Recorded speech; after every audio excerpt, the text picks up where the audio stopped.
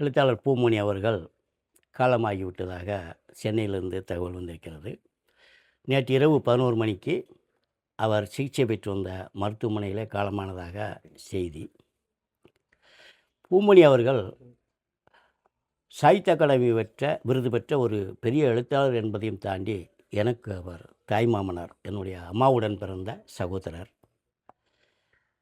நான் எழுத்தாளனாக இன்றைக்கி உங்கள் முன்னாடி உட்கார்ந்து பேசி கொண்டிருக்கிறேன் என்றால் அதற்கு காரணமானவர்களில் கி. ராஜநாராயணன் எவ்வளவு முக்கியமோ அவ்வளவு முக்கியம் சிவபிரகாசம், பூமணி போன்ற மூத்த படைப்பாளிகள். பூமணி அவர்கள் 2014ஆம் ஆண்டு தான் எழுதிய அஞ்ஞாடி என்கின்ற நாவலுக்காக இலக்கியத்திற்காக வழங்கப்படக்கூடிய மிக உயரிய விருதான சாகித்ய அகாடமியினுடைய விருதை பெற்றவர். இலக்கியத்துக்கு அவருடைய பங்களிப்பு எவ்வளவு செய்திருக்கிறாரோ அதே அளவு சினிமா துறைக்கும் அவர் செய்திருக்கிறார். நம்முடைய இந்த தலைமுறைக்கே தெரியாத சாத்தூரை சுற்றி ஏராளமான நிப்பு தொழிற்சாலைகள் இருந்திருக்கின்றன. அதாவது பால் பாயிண்ட் பேனா வருவதற்கு முன்னாடி இங்கு பேனா மட்டும் உபயோகத்தில் இருந்த காலகட்டம். அந்த சரித்திரத்தெல்லாம் தோண்டி எடுத்து அந்த தொழிற்சாலையில் வேலை செய்த அந்த தொழிலாளிகளை பற்றிய வாழ்க்கையை பிரதிபலிக்கக்கூடிய பேனாக்கள் என்கின்ற ஒரு தொடரை எடுத்து பொதிகை தொலைக்காட்சியிலே ஒளிபரப்பினார். அது மிகுந்த வரவேற்பை பெற்றது.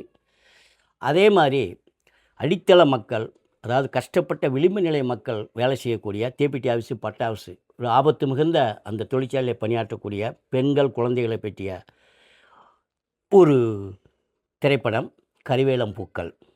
அதை எடுப்பதற்காக மத்திய அரசினுடைய நிதி உதவி அவர் கோரியிருந்தார். Film development corporation, NFDC, national film development corporation, அதாவது இந்திய தேசிய திரைப்பட வளர்ச்சிக் கழகம்.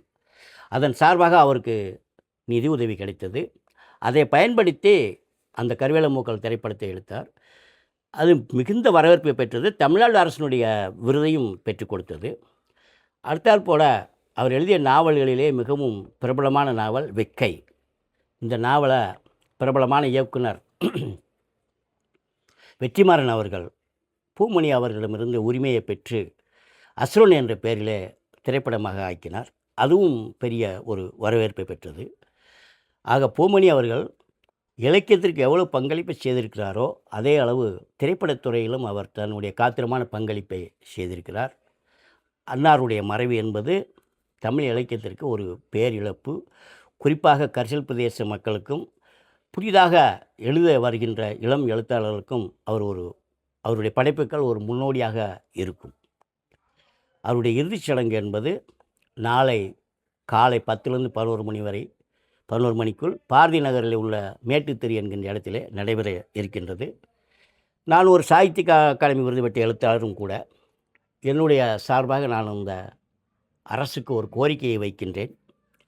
முந்தைய திராவிட முன்னேற்றக் கழக அரசு இதே கோயில்பட்டியிலே காலமான எங்களுக்கெல்லாம் குருநாதர், பூமணிக்கும் குருநாதர், எனக்கும் குருநாதர் கி. ராஜநாராயணன் அவர்களுக்கு அரசு மரியாதை அளித்ததோடு அவருக்கு ஒரு பிரம்மாண்டமான ஒரு மணிமண்டபத்தை இங்கே அமைத்திருக்கிறார்கள். ஒரு முக்கியமான இடத்திலே எழுத்தாளர்களை ரொம்பவும் கௌரவப்படுத்திய அரசு திராவிட முன்னேற்றக் கழக அரசு. அதே பாணியிலே தற்போது பதவியில் இருக்கக்கூடிய முதலமைச்சர் திரு விஜய் அவர்கள் சென்ற வாரம் கோவையிலே காலமான கவிஞர் புவியரசு அவர்கள் சாகித்ய அகாடமி விருது பெற்ற எழுத்தாளர், அவருக்கும் அரசு மரியாதையை செலுத்தியது. எழுத்தாளருடைய மத்தியிலே, இலக்கியவாதியினுடைய மத்தியிலே ஒரு மிகுந்த வரவேற்பை அது பெற்றது. அதன் அடிப்படையில் சாகித்ய அகாடமி விருது பெற்ற எழுத்தாளரான பூமணி அவர்களுக்கும் அரசு மரியாதையை செலுத்த வேண்டும் என்று கேட்டுக்கொள்கின்றேன். சென்னையில் வச்சு கிளம்பினாங்க. ஆமாம், அவர் ஏற்கனவே ஓராண்டு காலமாக சென்னையிலே அப்போலோ மருத்துவமனையில் சிகிச்சையில் இருந்தார். சிகிச்சை பலனின்றி உடல்நலக்குறைவினால் நேற்று காலமாக இருக்கார். அவருக்கு வயது 78.